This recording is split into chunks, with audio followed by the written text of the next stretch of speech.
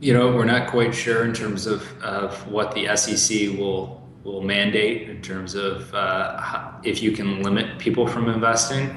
I think that it would be detrimental if you could not, simply because if you were to issue uh, stock shares to the public and you found out your competitor was buying a bulk of that, That's what I was just thinking. yeah, that could be, you don't want that as an entrepreneur, so you should have the right to prohibit that from happening.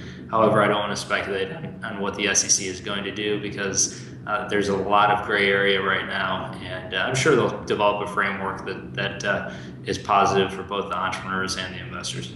And when will the is the SEC expected to have the final legislation So like there, and it be enacted?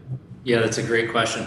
There are two main deadlines. So the first is July 4th, which mandates that the SEC modify 506D, which is a regulation around public solicitation. So currently, entrepreneurs cannot publicly solicit investment. They have to go through very complicated processes and they can only speak to accredited investors.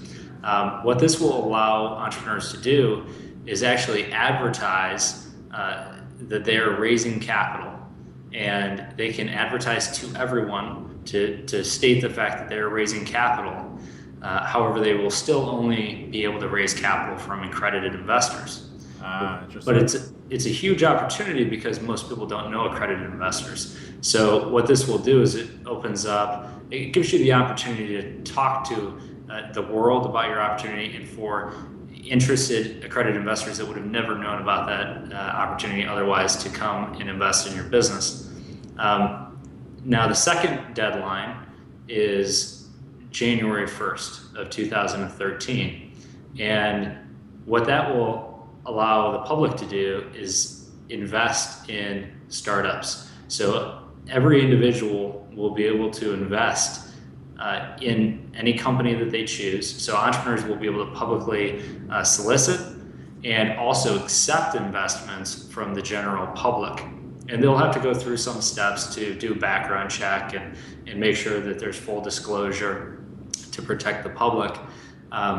But the public will be able to invest in companies of their choosing as opposed to being restricted to public companies. So it's a fantastic thing for both entrepreneurs and investors at that point, and it will open up trillions of dollars of investment capital for new companies and new startups.